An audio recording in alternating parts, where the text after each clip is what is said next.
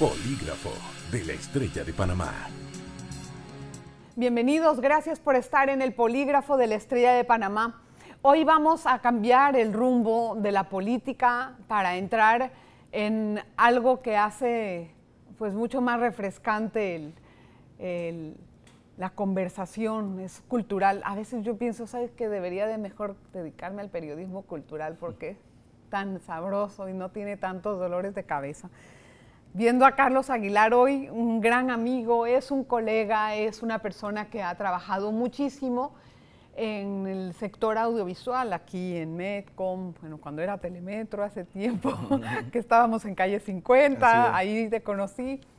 Y después se dedicó a la beta cinematográfica, que eso es lo que a mí me ha despertado muchísima curiosidad y obviamente te ha ido muy bien.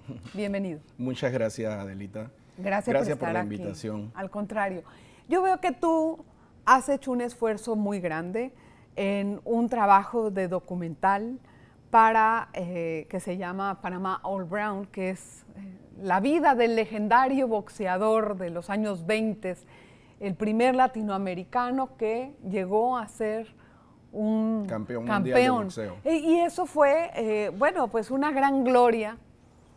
Y tú hiciste un documental que con él participaste en varios escenarios de cine, en varias premiaciones, festivales.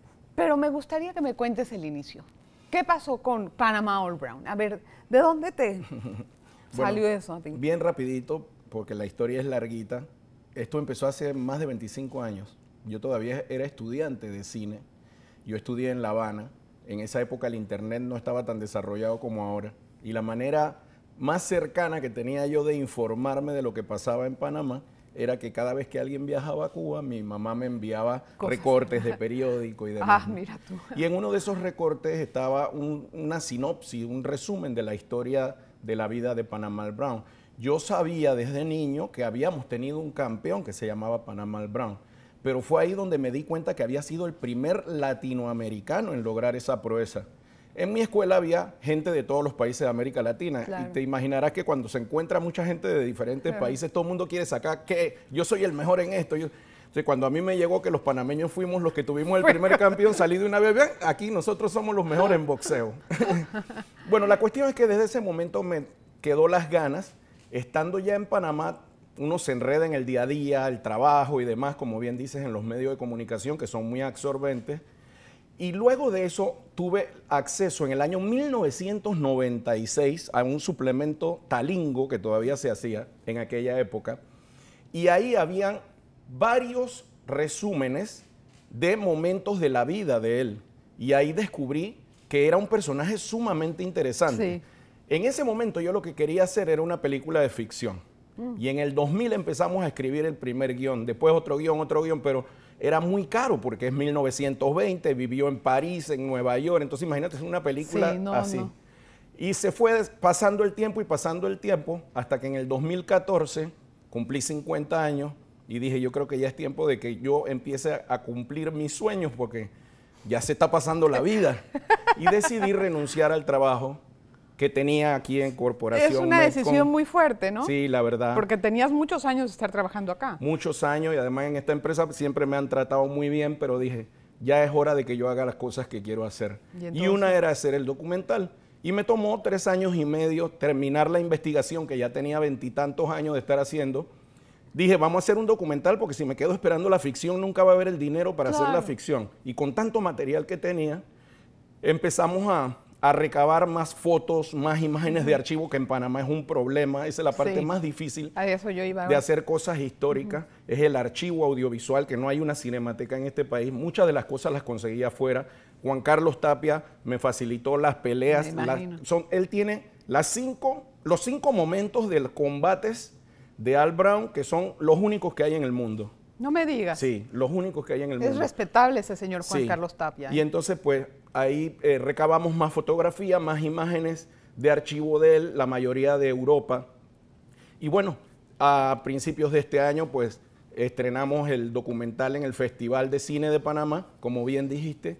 hemos estado en 7 festivales Sí. internacionales, en Seattle, en Brasil. New Ahora York. vamos para Guatemala a finales de noviembre y en diciembre vamos a estar en el Festival de La Habana. Ahora, a ver, explícame algo. Yo sé que resumir eso es muy rápido, pero el público no puede tomar, tal vez por tus palabras, la trascendencia de este esfuerzo, porque es un gran esfuerzo. Hacer un trabajo de investigación de este estilo conlleva no solamente tiempo, esfuerzo, necesitas dinero.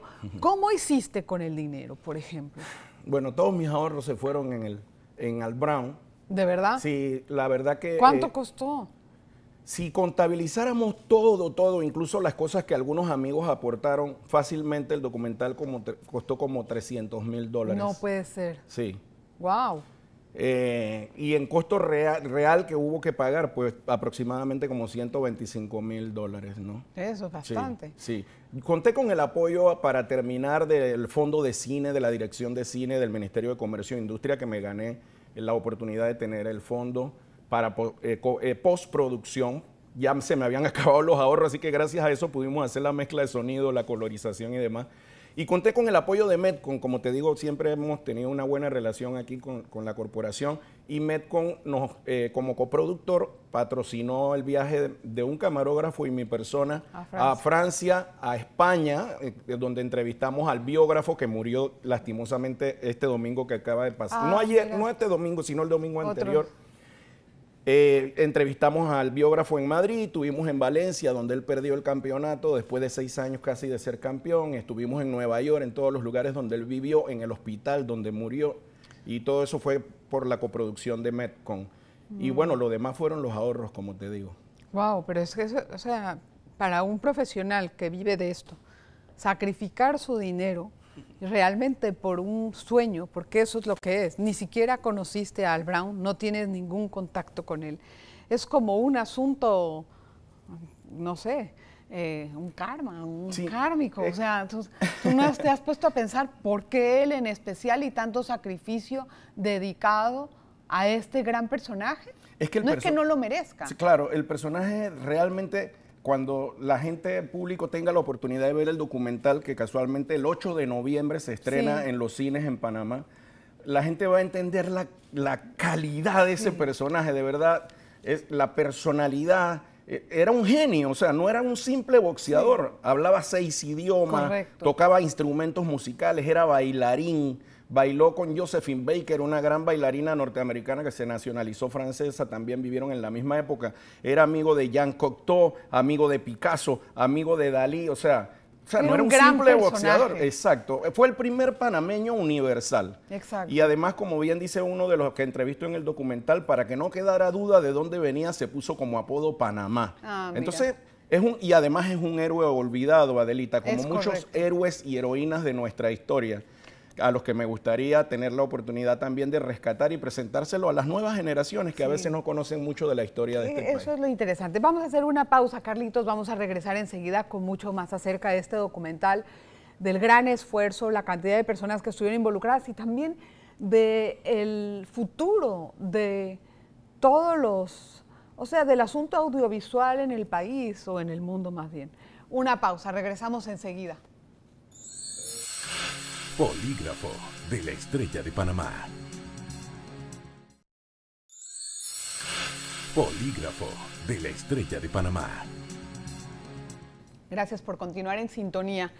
Bueno, todo ese dinero que se invirtió en el documental, ¿es un dinero que no se va a recuperar para usted como el autor? Es bastante difícil para el cine latinoamericano en general el tema de recuperar lo que se invierte, ¿no? Todos aspiramos a eso, porque lógicamente para poder producir otras películas, otros documentales, es necesario contar con un fondo y no se puede estar...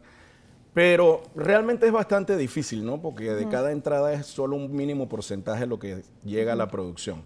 Nosotros lo que esperamos y eso podría ser una manera así de recuperar, es en la distribución internacional. Claro, ahí es donde va a ser. Y tratar de estar en algunas otras plataformas como la que mencionabas cuando estábamos conversando antes, Netflix y alguna de esas cosas. Ya hay una distribución a nivel internacional. ¿Cuál es la acogida que ha tenido? ¿Cómo lo han visto? ¿Cuál es la crítica que ha habido de esto? No, de verdad que súper bien. En Brasil, incluso uno de los críticos más importantes de cine y su esposa, que también es crítica de cine, hicieron una semblanza que me emocionó mucho, la verdad, y en Brasil, ¿no? Donde no hay tanta tradición boxística, claro, pero que a ellos les pareció muy buena la cantidad de archivo que se pudo recoger y la manera en que estaba contada la historia, ¿no? Sí. Porque además, como dices, es una historia que data de 1920 y con un personaje que tiene tantas facetas, poder condensar eso, a ellos les llamó mucho la atención la manera en que estaba contada la historia y que nunca se aburrieron, según decían. ¿Ese documental cuánto tiempo dura? Dura 62 minutos. Ah, no, la hora. Exacto. ¿Y cuántas fuentes lograste investigar?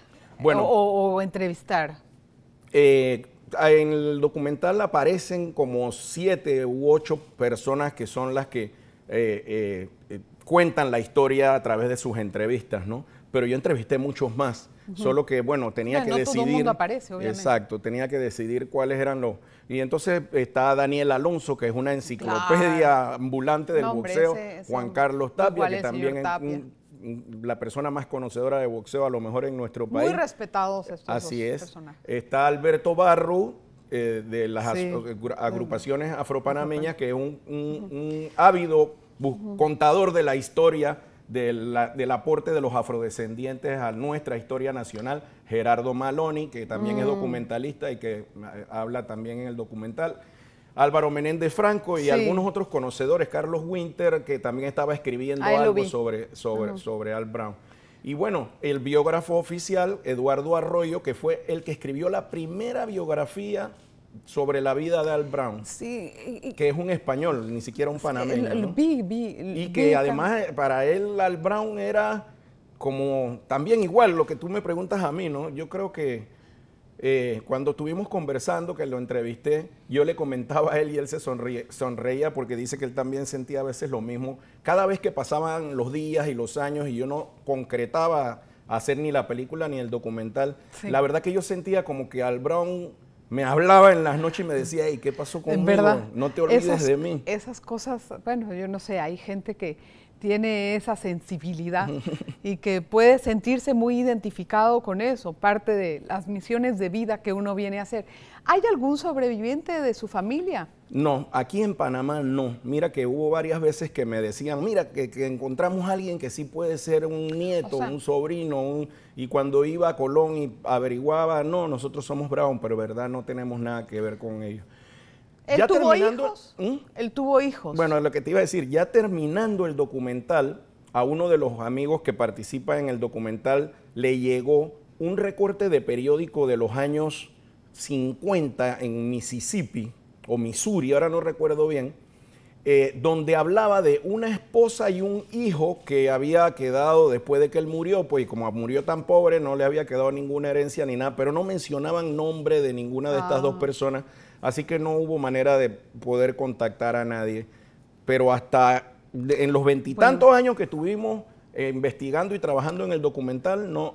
Pero tal vez con la publicación de esto alrededor del mundo puedas ver alguna persona que tenga relación. Sí. Muchas veces hay que esperar a que esto se disemine y entonces van apareciendo algunos parientes de él. Bueno, de hecho han aparecido historiadores y un nieto de un contendiente de Al Brown que me escribió, ahora que tuve la oportunidad de estar en Seattle, tuvo mucha difusión en esa área del noroeste de los Estados Unidos. El festival es un festival muy importante de cine latinoamericano allá.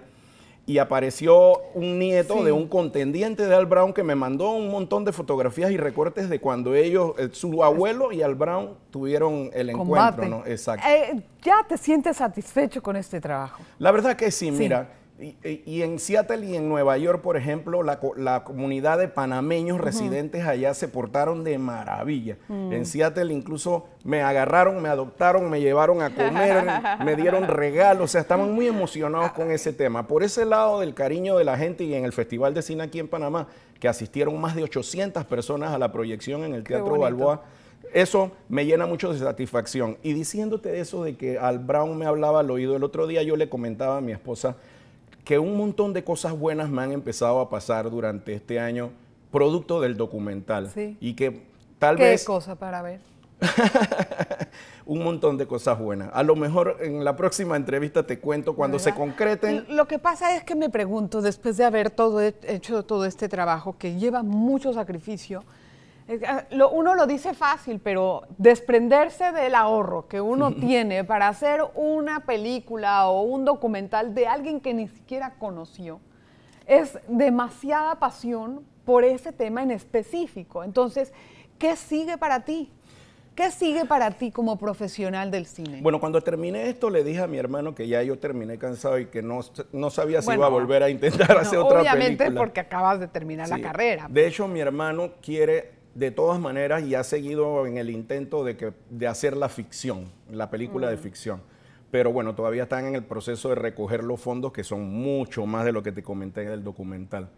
Pero sí, cosas buenas que han pasado y que por lo menos a mí me motivan, es que creo que el cine ha tenido un gran avance en este país. Claro. La verdad, este año se han proyectado o se cree, no, de aquí a diciembre, cuando termine el año, mínimo va a haber 12 películas panameñas terminadas este año. Y digo terminadas porque hay un montón que están todavía en el proceso de producción. Hace un par de años atrás ni soñábamos con tener una sola película. Todo eso surgió gracias al incentivo legal que hubo para poder empezar a motivar esto. Es que simplemente se ven también las directrices de los gobiernos para poder sacar adelante un tema en cualquier país. Si en Panamá se quería avanzar en el tema cinematográfico, había que ampararlo en una ley. Así es. Y se amparó y de ahí es que empezó a florecer.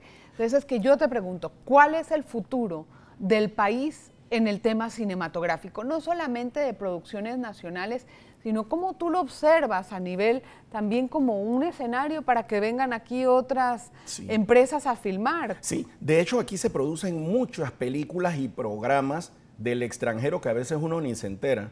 Aquí se producen un montón de documentales para canales de televisión internacionales. Yo veo un futuro bastante prometedor para el cine panameño, pero también va a depender de que haya más apoyo, sobre todo de la empresa privada, porque ya el Estado tiene un fondo y eso ha contribuido a que podamos tener la cantidad de películas que tenemos. Pero la empresa privada debe empezar a creer un poco más en esto.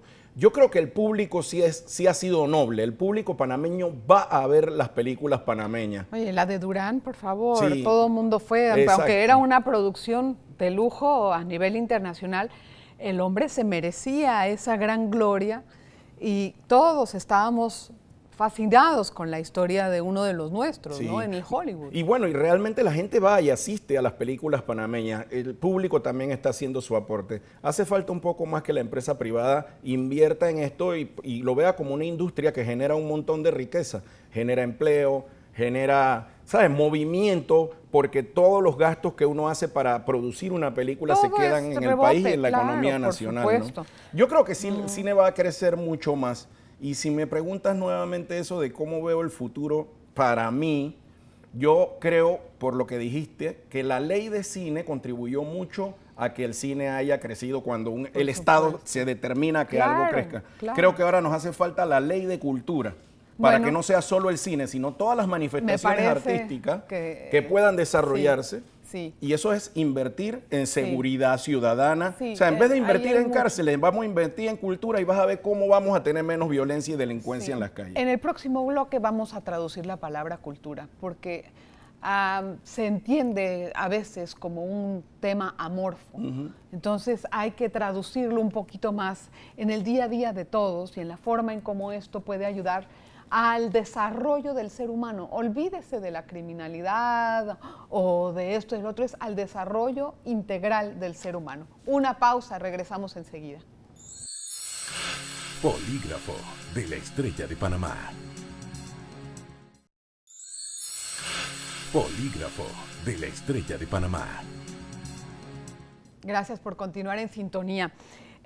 Carlos, si bien es cierto, Panamá ahorita puede empezar a tener un auge, un florecimiento en este campo, es importante entender que no solamente eso es cultura. Cultura es música, pintura, cultura es arte, expresión, de cualquier tipo. Sin embargo, vemos eso como un edificio viejo, añejo, que nunca se ha podido revivir. O sea, en vez de que esté lleno de flores, como que lo vemos marchito, no entendemos lo que es la cultura en el país. Cultura es la gastronomía también. Por supuesto. Y hay cosas intangibles que son parte de nuestra cultura. Es todo lo que nos da esencia como seres humanos pertenecientes a esta sociedad llamada panameña, es parte de nuestra cultura. Y yo diría incluso que Panamá no debemos hablar de la cultura panameña, sino las culturas, de todo, claro. Porque tenemos muchas manifestaciones que pueden ser semejantes y otras totalmente diferentes, dependiendo incluso del grupo étnico al que uno pertenece, ¿no? Entonces, el chiste es desarrollarlo en un conjunto. Así mismo es. Pero mira, es verdad, cuando uno habla de cultura, mucha gente dice, eso es aburrido, eso no. Aparte de que es todo lo que nos da esencia y todo en la manera en que nos manifestamos, ahora incluso muchos estados han contabilizado lo que la cultura, que incluye las fiestas patronales, ayer el Nazareno, eso es parte de la cultura, y mira cuánta gente se moviliza, cómo la comunidad de Portobelo se ve impactada incluso económicamente por una tradición religiosa que es parte de una manifestación cultural. Entonces hay muchos países que están contabilizando lo que la cultura aporta a los productos internos brutos. Y es una locura, o sea, son miles de millones de dólares lo que se mueve a través de la cultura es tan noble y ayuda tanto al desarrollo integral del ser humano. Yo quería conversar contigo. Tú, como una persona que ha estado muy involucrada en los medios de comunicación, has visto una evolución increíble, ¿no? ¿Cuál es el futuro para ti de cable o versus Netflix, versus todas las otras formas alternativas que hay de entretenimiento y también de otro tipo de educación, ¿no? De formaciones? Mira, yo creo realmente que eventualmente la televisión va a dejar de existir como tal y como la conocemos. O sea, es la televisión, el cable, se va a ir con las generaciones nuestras. Mis hijos, el mayor tiene 23 años y él no ve televisión, todo es a través de Netflix o YouTube. Entonces, ¿por qué? Porque ellos ven lo que quieren ver en el momento que lo quieren ver, no tienen que estar sujetos a ningún horario ni programación. Y seguramente el cable y la televisión va a tener que evolucionar a formas como esta, ¿no? Donde la gente pueda decidir. De hecho, ya lo hay. Creo que Metcongo tiene algo que ver con eso, por poner un ejemplo. VOD. Sí, el VOD y demás. Pero yo creo incluso que eso democratiza también el acceso de la gente a ver lo que quiere ver, cuando lo quiera ver, ¿no? Así como, por ejemplo, los celulares también han democratizado el acceso de las personas a poder producir su propia película. Hay festivales incluso ya de películas hechas con celulares. Entonces, antes que cuando yo empecé en la televisión, que tenía que cargar la cámara y una cajetota con un cassette de 3/4, y ahora con un celular puedes hacer eso y mucho más y con más calidad. No, el futuro de esto es prácticamente uno que en este momento no se puede imaginar. Así mismo es. O sea, y mira, todo eso también tiene que ver con la cultura, el desarrollo de la tecnología. Si agarramos de ejemplo, por ejemplo, a Steve Jobs, en las biografías de Steve Jobs, él habla mucho de cómo fusionar esa tecnología con algo que sea bonito, bello, atractivo, que es una pieza de arte cada una de las cosas que él construía. ¿Y de dónde salió eso? Él ni siquiera terminó la universidad, de su bagaje cultural, del tiempo que vivió en la India. Entonces, hasta la tecnología tiene tanto que ver ahora con la cultura. También prima la creatividad de una persona y hay que saberla desarrollar. Eso no es tan sencillo, ¿no? Así es. Hay muchos elementos del carácter que tienen que influir para que alguien pueda atreverse. Por ejemplo, el día de mañana puede hacer un youtuber o pueda tener todos estos instrumentos para poder llegarle a mucha gente. No es fácil, no todo el mundo lo hace. Incluso ahora más que de cultura propiamente se habla casualmente de industrias creativas. Exacto. ¿Verdad? Porque ¿qué? Los muchachos que diseñan videojuegos es parte de las industrias creativas. O sea, toda la tecnología, como te digo, está tan relacionado ahora a la cultura que no debemos verlo como algo añejo, desfasado, amorfo, sino todo lo contrario, es el futuro. ¿Y Netflix tú crees que va a suplantar a las salas de cine?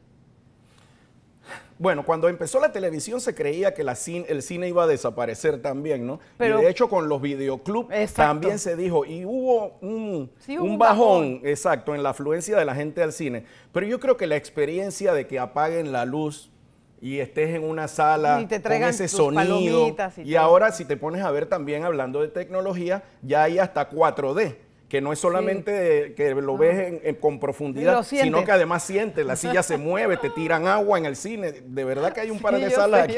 Entonces, lógico, todo el mundo tiene que irse adaptando a las nuevas realidades. Pero yo creo que el cine nunca va a desaparecer. Ojalá que no, porque es realmente mágico. El cine es una experiencia, no solamente por lo que uno vive ahí, sino por salir, estar con la gente, platicar, tener una compañía agradable, poderse desconectar un poco de una realidad, aunque sea por 2 horas, y sumergirse en una historia. Eso es lo fantástico. Adelita. Carlos, mucha suerte para ti. Muchas gracias. Felicidades por todo tu trabajo, ojalá que siga yendo muy bien, ojalá que esas bendiciones que te está mandando el señor Teófilo Brown te sigan bañando de mucha prosperidad. Muchas gracias. Yo sé que eso es así. Y recuerden, el 8 de noviembre vamos a celebrar las fiestas patrias abriendo el documental de un héroe panameño olvidado, Panamal Brown. ¿En qué salas va a ser Cinépolis en la ciudad, y todavía no estoy seguro si va a estar también en los cines modernos en el interior. Pues ojalá que sí, porque la gente del interior parece siento también olvidada, ¿no? Así por es. Nuestras cosas, hay que incluirlos a todos. Gracias y mucha suerte. Esperamos poderte entrevistar cuando ya seas así un cineasta cachimbón, pero que nos des la entrevista, ¿no? Dale, claro que sí, seguro. Gracias a todos. Este ha sido un programa muy particular, diferente y la verdad muy refrescante. Gracias, Carlitos. Nos vemos la próxima. Polígrafo de la Estrella de Panamá.